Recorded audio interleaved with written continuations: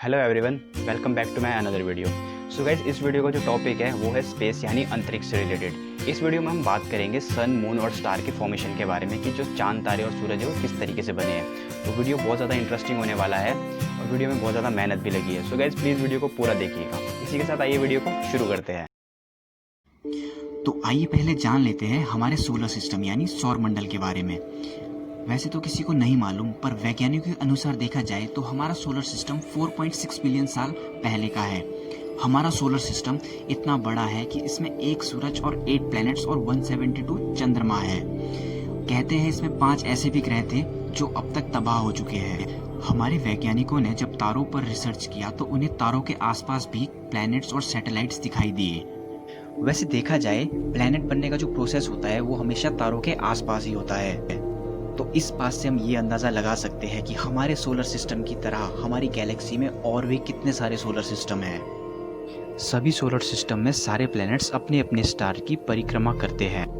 जैसे हमारे solar system में सभी प्लैनेट्स सन की परिक्रमा करते हैं। ऐसा करते वक्त सभी प्लैनेट्स आपस में कभी टकराते नहीं हैं, पर कुछ ऐसे भी प्लैनेट होते हैं जो इन रूल्स को फॉलो नहीं करते हैं। ये वो प्लैनेट्स हैं जो किसी भी सोलर सिस्टम से नहीं बंधे होते हैं और ये प्लैनेट खुलेआम अंतरिक्ष में भटकते रहते हैं। इन प्लैनेट्स को रॉक प्लैनेट यानी लावारिस ग्रह भी कहा जाता है। ये ऐसे प्लैनेट्स होते हैं जो किसी वजह से अपने सोलर सिस्टम से बाहर निकाल दिए जाते हैं या फिर खुद ही कहीं बन जाते हैं। इस तरह के प्लैनेट्स हमारी गैलेक्सी में बहुत सारे मौजूद हैं। ये थी कुछ जानकारी हमारे सोलर सिस्टम के बारे में। तो आइए अब जानते हैं स्टार्स के बारे में। आसमान में जब भी हम तारे देखते हैं हमारे मन में बहुत से सवाल आते हैं। तो आइए कुछ सवालों के जवाब हम यहाँ पे देखते हैं। हमारी गैलेक्सी में हर 18 दिन में एक नया तारा बनता है। तब ये अपने जीवन की शुरुआत एक धूल से करता है। दिखने में ये एक बादल की तरह होता है जिसे नेब्यूला कहा जाता है। हमारी गैलेक्सी में तारे किस तरह से बनते हैं, आइए हम जानते हैं। ये 74% हाइड्रोजन और 24% हीलियम और 2% ऑक्सीजन और कार्बन डाइऑक्साइड से मिलकर बनता है। इनके अंदर हाइड्रोजन की मदद से न्यूक्लियर रिएक्शन होता रहता है, जिससे इन्हें इतनी एनर्जी मिल जाती है कि ये सालों तक चमकते रहते हैं। तारा दिखने में जितना बड़ा होता है उसकी उम्र उतनी ही कम होती है। हालांकि एक साधारण तारे की उम्र भी अरबों साल तक होती ही है। तो आइए अब बात करते हैं टूटते तारे के बारे में। असल में जो हमें दिखाई देता है वह टूटता तारा नहीं, यह बस हमारा एक वहम होता है। जो हमें गिरता दिखाई देता है असल में वह एक उल्क पिंड होता है। तो सवाल ये है, जो हमें दिखाई देता है वह क्या होता है? हमारे अंतरिक्ष और पृथ्वी के वातावरण में बहुत ज़्यादा फर्क होता है। जब ये उल्क पिंड अंतरिक्ष से पृथ्वी में एंटर करता है तो ये जल जाता है।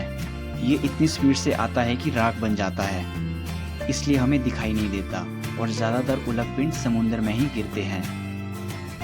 तारे हमारी धरती से बहुत दूर होते हैं, पर फिर भी उनकी रोशनी हमारी धरती तक आ जाती है। पर क्या आपने कभी सोचा है तारों की रोशनी पृथ्वी पे आने में कितना टाइम लेती है? यह कम से कम 4 साल तक ले सकती है। इस बात से आप यह अंदाजा लगा सकते हैं कि तारे हमारी धरती से कितनी दूर है। असल में तारों का जो रंग है वह व्हाइट, ब्लू, येलो और रेड होता है।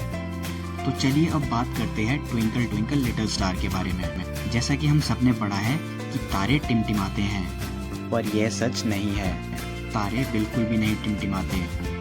असल में जो हमें दिखाई देता है उसे हम एटमॉस्फेरिक रिफ्रैक्शन कह सकते हैं। मतलब कि पृथ्वी और तारों के बीच जो स्पेस है उसमें बहुत तरह के डस्ट पार्टिकल्स होते हैं, जिसकी वजह से हमें तारे टिमटिमाते हुए दिखाई देते हैं।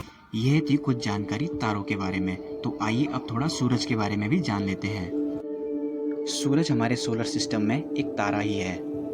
जिस तरह से एक तारा बनता है उसी तरह से हमारा सूरज भी बना है।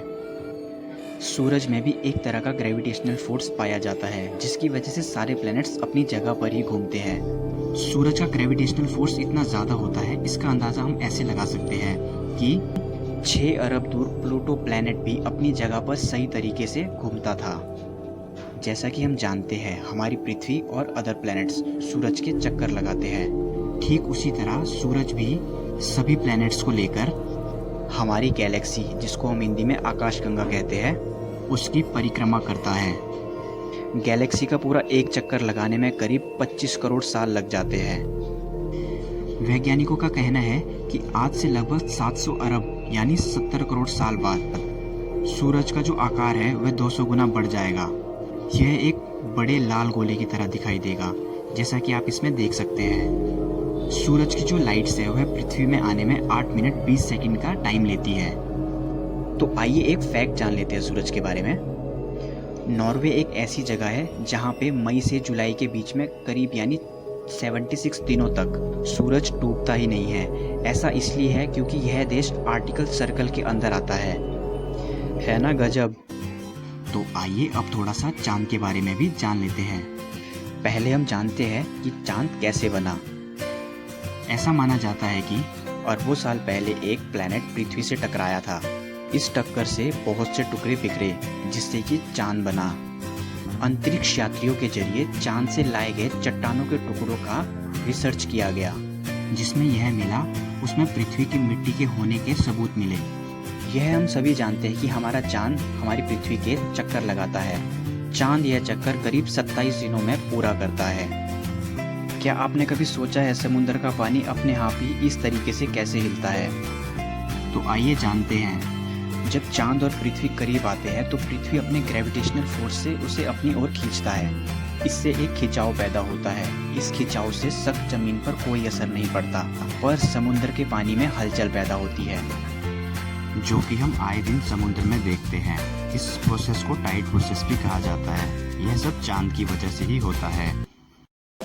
तो गाइज़ ये था हमारा आज का वीडियो। उम्मीद करता हूँ आप सभी को पसंद आया होगा। तो please like share and subscribe और कमेंट भी ज़रूर करें। Thanks for watching. मिलते हैं अगली वीडियो में।